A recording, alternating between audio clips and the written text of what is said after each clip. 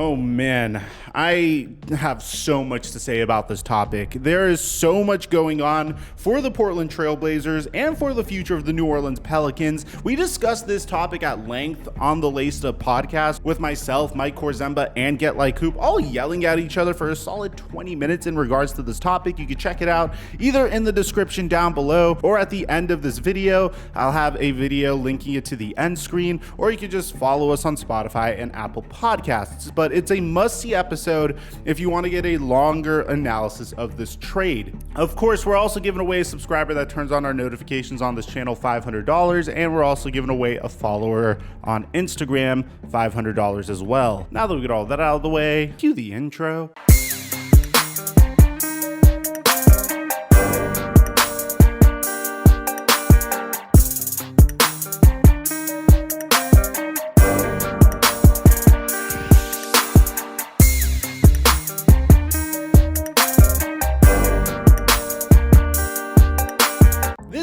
Sponsored by Fetch Rewards. Fetch Rewards is an awesome application that allows you to earn rewards just from scanning your receipts. Anytime you make an online purchase or an in-person purchase, all you have to do is scan your receipt. You'll get points for those receipts, and those points can be redeemed for gift cards from Amazon and a bunch of other retailers. It's a great way to grind towards something that you wouldn't be able to typically afford by doing something that's fairly easy. And right now, when you use my promo code FlightMike, you'll get 3,000 points on your first receipt. That's promo code FlightMike for 3,000 points on your first receipt. And thank you, Fetch Rewards, for the sponsorship. Mike check 1212. What's going on, everybody? The Portland Trail Blazers are getting absolutely memed currently, and it's not because they're deciding to make trades that clearly are going to put them underneath the luxury tax bill. It's because they clearly don't understand how crucial this moment is in the franchise's future. I mean, when you are in a situation where a week ago you have Robert Covington, Norman Powell, which, by the way, Robert Covington expiring contract, Norman Powell's on a pretty damn good contract and is a 40% shooter from three. He is a pretty good player that could be contributing to any championship contender. In addition to CJ McCollum and Damian Lillard, those are four very good players that you could potentially get a significant amount of assets for if you manage the situation properly. But just based upon this team's history, they don't know how to manage their assets properly. I mean, if you go back to the original Robert Covington trade, the way the Portland Trail Blazers acquired Robert Covington was by trading 2 first-round picks and Trevor Ariza for Robert Covington. And at the time, I did think it was a bit of an overpay, but I understood where they were coming from. They needed to improve quickly around Damian Lillard,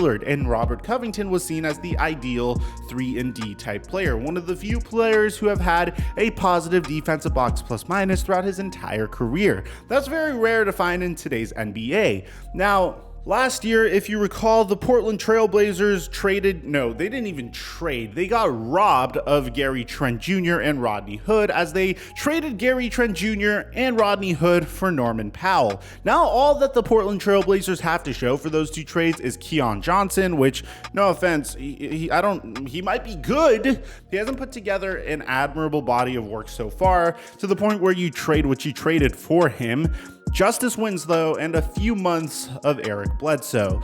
So clearly this is a sign of an organization that I could only compare to a NFL team, and that's the Houston Texans when they traded DeAndre Hopkins for literal peanuts on the dollar. You can't expect to be a good franchise when you are selling the components of your team for below market value. Yes, I do agree that the Portland Trail Blazers need to undergo a rebuild. I do agree that the current core at the very best can possibly be a play-in team or an 8th seed or a 7th seed. But there's a difference between trading your players and getting good value in return for said players and just donating said players for no reason. And in the case of the Robert Covington trade, where they traded Rocco and Norman Powell to the Los Angeles Clippers and only got a second-round pick in return. Yes, I understand they are now underneath the luxury tax, but still, it was an absolutely horrific trade. Again, Norman Powell was on a pretty decent contract for the type of player that he was. He could have helped any contender out. Robert Covington is a very sought-after commodity in the NBA. Well, it seems like today, the Portland Trail Blazers traded another one of their best assets. assets.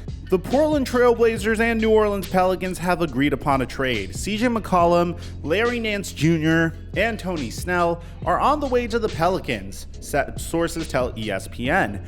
The Pelicans are sending Josh Hart, Thomas Satoransky, Nickeil Alexander-Walker, Didi Louzada, a future first-round pick, and a future second-round pick to the Portland Trail Blazers. Woj then corrects himself by saying 2 future second-round picks in the deal per sources. As we got more clarification, the Blazers are acquiring the Pelicans' 2022 first-round pick with protections. The pick comes to the Blazers if it lands between numbers 5 and 14, and if it doesn't convey this year, the first-rounder kicks to the future for Portland, which is honestly a pretty valuable pick for the Portland Trail Blazers because there's a decent chance that the New Orleans Pelicans get a draft pick that lands in between number 5 and 14. It'd be pretty unfortunate if it landed in the top 4, but that's a good protection for both sides because the top 4 picks are absolutely transcendent in the NBA draft this year. Between 5 and 14 is a little bit more of a crapshoot, so I do like the Pelicans placing these protections on the trade.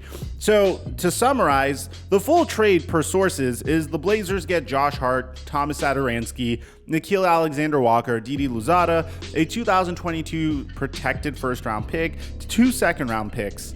The Pelicans get CJ McCollum, Larry Nance, and Tony Snell. Once again, I usually try to be optimistic when I go into trades. I try to see why each side would make this trade, you know? And for the New Orleans Pelicans, it's a no-brainer. I mean, whenever you're a small market, you have to accept the fact that free agents or superstar free agents aren't going to sign with your team unless if you happen to be lucky enough to draft Bronny James. And in that case, you'll get a 40-year-old LeBron James if you're lucky. But in this instance, I don't see any conceivable way that the Portland Trail Blazers improve. Now, here's the funny part. Honestly, it's not even funny. It's a little messed up and like twisted because I feel like at this point I'm watching like some sort of basketball horror movie for Damian Lillard. This man consistently says that he is reaffirming his commitment to this team. He's probably about to hit the studio and just bust out a brand new song about how loyal he is to the Portland Trail Blazers and how against all odds he is going to take this team and win a championship with them. But in this instance, here's what's the messed up part. According to Adrian Wojnarowski, Portland's plan is to fully reshape the roster around Damian Lillard now. Portland created a $21 million trade exception today, potentially $60 million in cap space this summer, multiple draft picks and assets via the Pels and Clippers trades. Plan is to pursue high-end talent now, not retreat. With all due respect, Portland, put down the crack pipe. There is no way you are reshaping anything right now. My favorite part of this tweet is multiple draft picks and assets via the Pels and Clippers trades. They didn't get a single asset from the Clippers trade. Don't kid yourself. I mean, the Pelicans trade is a little bit better, and I'm assuming they did their homework. They shopped CJ McCollum to the New York Knicks and the Dallas Mavericks and the New Orleans Pelicans, and I'm assuming that this was the best return that they could get. And it's not as bad as the previous trade that they made, but this isn't necessarily a trade where I'm like, wow, this is going to put this team over the top. Of course, CJ McCollum's contract is a pretty bad contract. I'll admit that. It expires during the 2024 offseason, so it means that the Portland Trail Blazers want to hit the reset button, but don't make any mistake, man. Josh Hart is a great defensive role player. He's on a $12 million a year contract. They get out of Larry Nance Jr.'s contract, which expires in a year from now. So it is a good opportunity to hit the reset button, and they do get 2 second-round picks and a protected first-round pick out of this. There's nothing you can say to me that conveys, hey, this is the best trade for the future of Damian Lillard. Now, I do like the acquisition of Nickeil Alexander-Walker. You have no idea how he's going to turn out, and he hits the same exact developmental timeline as Anthony Simons, so that could be a good addition over there. I do support the fact that the Portland Trail Blazers are probably going to stink for the rest of the year, and this is the year to stink. I say this repeatedly. This is one of the best draft classes that we've seen in some time. It's a good opportunity to tank the rest of the year, especially if Damian Lillard isn't going to play. But make no mistake, man, I don't think this is a situation where the Portland Trail Blazers are trying to do a rapid one-year rebuild rebuild or a 1-year recomposition around Damian Lillard. I think within the next few months, you're going to see Damian Lillard get traded as well. Not at this year's trade deadline, but I do think at some point they're going to hit the reset button completely because none of these players hit the same developmental timeline as Damian Lillard, and he's already shown some signs of regression this year. For the New Orleans Pelicans side of things, this trade is an absolute no-brainer. Whenever you could acquire a talent like McCollum, especially when you needed a guard to put next to Brandon Ingram and Zion Williamson once he returns without giving up Jackson Hayes, who's been emerging recently,